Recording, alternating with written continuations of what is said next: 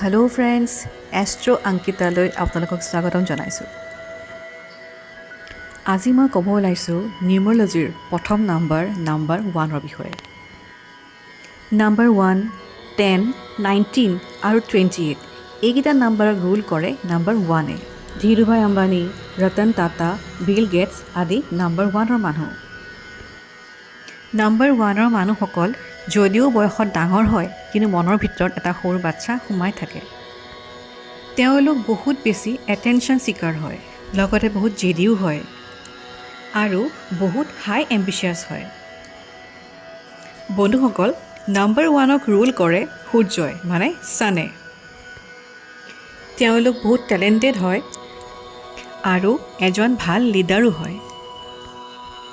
কিন্তু ইমানবোৰ ভাল গুণ থকাৰ পিছতো কিছুমান ক্ষেত্ৰত তেওঁলোকে পিছুৱাই থাকিবলগীয়া হয় আৰু তাৰে মূল কাৰণটো হ'ল তেখেত মাজে মাজে অলপ এগ্ৰেছিভ হৈ যায়, যাৰ কাৰণে কেতিয়াবা ডিপ্ৰেশ্যনো দেখা দিয়ে। যিহেতু তেওঁলোকে বহুত বেছি চিন্তা কৰে, ডিপ্ৰেশ্যন অহাৰ লগে লগে তেওঁলোকৰ হেল্থ ইছ্যু আহিব আৰম্ভ কৰে। নাম্বাৰ 1 যেনেকৈ সদায় আগত, তেনেকৈ এই ব্যক্তিসকলে সদায় নিজক আগত ৰাখিব বিচাৰে আৰু আগত ৰাখিবৰ কাৰণে যুঁজ বাগৰ কৰোঁতেই তেওঁলোকৰ হেল্থ ইছ্যু হয় বা মেণ্টেল প্ৰব্লেমো হ'ব পাৰে।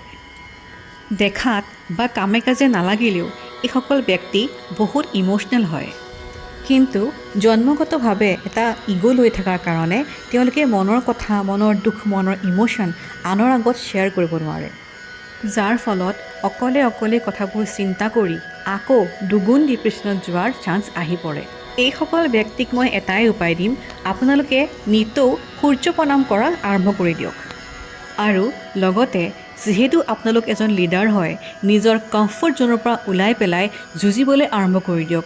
কমফৰ্ট জ'নৰ পৰা ওলাই আহক, দেখিব আপোনালোকৰ বহুত উন্নতি হ'ব।